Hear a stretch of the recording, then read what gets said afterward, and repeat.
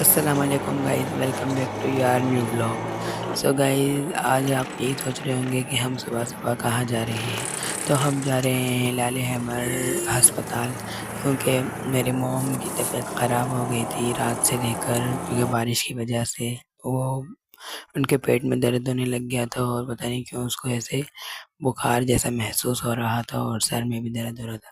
इसलिए बस रिक्शा पकड़ा और हम चल पड़े अस्पताल की तरफ। और ये हसीन नज़ारे देखते देखते हम पहुंच गए हिलाले हैमर।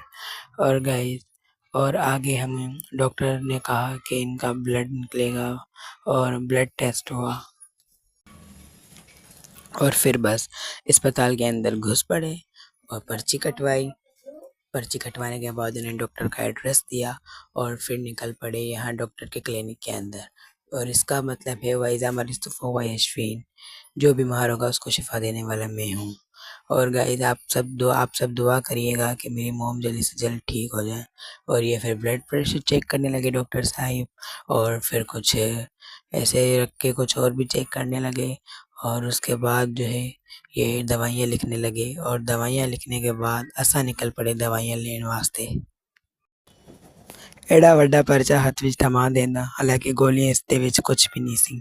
बस 2-3 मेडिसिन लिखी हुई थी और बस, और एक इंजेक्शन और एक सिरिंज लिखी हुई थी। फिर बस स्टोर दे विच पहुंच गए। स्टोर वाले अंकल ने पर्ची थमाई और कहा कि भाई साहब ये गोलियां दे दो। फिर बस उन्होंने दे दी और हम वापस से निकल पड़े। इसकी बिलिंग कराने के बाद डॉक्टर के क्लिनिक यहाँ आए तो डॉक्टर साहिब नहीं थे। और फिर हमें किसी नर्स ने एड्रेस बताया कि यहाँ सामने इंजेक्शन लगते। फिर क्या था, फिर अम्मी गई अस्पताल अंदर, लेबोरेटरी में इंजेक्शन लगवाया और मैं लाउंज की जांच करने लगा तो वहाँ पर कोई भी नहीं था, क्योंकि सुबह के 6 बज रहे थे। बस 1-2 लोग ही थे और मैंने उनका रिकॉर्ड नहीं कर पाया क्योंकि मुझे शर्म आ रही थी। और बस ऐसे देखा तो कोई भी नहीं था, मैं था। फिर वापस मुझे अंदर बुलाया तो मैं वापस स्टोर के पास गया। उन्होंने बोला 10 सीएम की इंजेक्शन ला दो। फिर बस 10 सीएम की इंजेक्शन ली, फिर उन्होंने भर के अम्मा दे नस विच घुसेड़ दी। और फिर हम गाइस वापस जाते वक्त हमें भूख लगने लगी, नाश्ता करके नहीं आए थे तो इसलिए लेज़ और कुरकुरे ले लिए। और खाते खाते और हम रिक्शे में बैठ गए।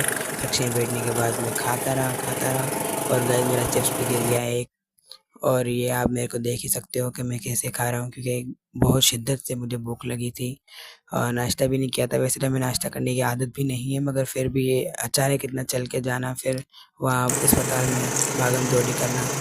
फिर बस क्या था, भूख लगी तो लेके खा ली। और ये यहाँ ऑटो बांध के खूबसूरत नज़ारे देखते देखते हम अपने घर पहुँच गए। घर पहुँचने के बाद हम आते ही हमारे साथ रिक्शे वाले लड़ने लग गए। तो उन्होंने बोला आपने कहीं और का एड्रेस बताया, क्योंकि मेरी गलती थी, मैंने उनका 6:45 बोल दिया और उन्होंने 6:45 पे ही उतार दिया। और फिर क्या था, बस इस हालत में भी मेरी अम्मी लड़ने लग गई रिक्शे वाले से।